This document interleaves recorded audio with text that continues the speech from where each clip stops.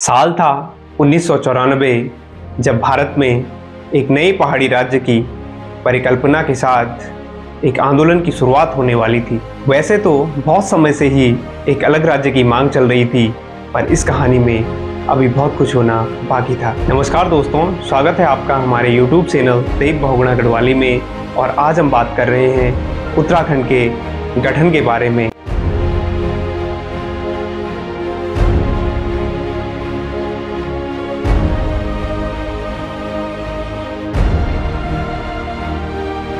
खोदा जंगोरा खाएंगे उत्तराखंड बनाएंगे, बाड़ी मड़वा खाएंगे उत्तराखंड बनाएंगे, इन्हीं नारों के साथ शुरुआत हुई थी उत्तराखंड के राज्य आंदोलन की। 1 सितंबर 1994 गुरुवार का वो दिन था जब आंदोलनकारी उधम सिंह नगर के खटीमा में एकत्रित हुए, जिनमें पूर्व सैनिक, महिलाएं और अनेक युवा मौजूद थे। इसी बीच पुलिस ने उन पर गोलियां चला दी, जिसमें 8 लोग शहीद हो गए और न जाने कितने घायल हो गए। और इसी घटना को खटीमा गोलीकांड के नाम से जाना जाता है। और अगले ही दिन इस घटना का विरोध प्रकट करने के लिए आंदोलनकारी मसूरी में एकत्रित होकर जुलूस निकालते हैं, जिस पर पुलिस द्वारा फायरिंग की जाती है और फायरिंग में 6 लोग अपने प्राणों की आहुति दे देते हैं, जिसमें 2 महिलाएं बेलमती चौहान और हंसा धनाई मौजूद थे। इस घटना को उत्तराखंड के इतिहास में मसूरी गोलीकांड के नाम से जाना जाता है। और इन 2 घटनाओं के कारण जो आंदोलन कुछ स्थानों तक सीमित था, वो एक विस्तृत रूप ले लेता है। 2 अक्टूबर 1994 को प्रशासन की अनुमति से आयोजित उत्तराखंड रैली में हिस्सा लेने के लिए आंदोलनकारी दिल्ली के लिए रवाना हुए।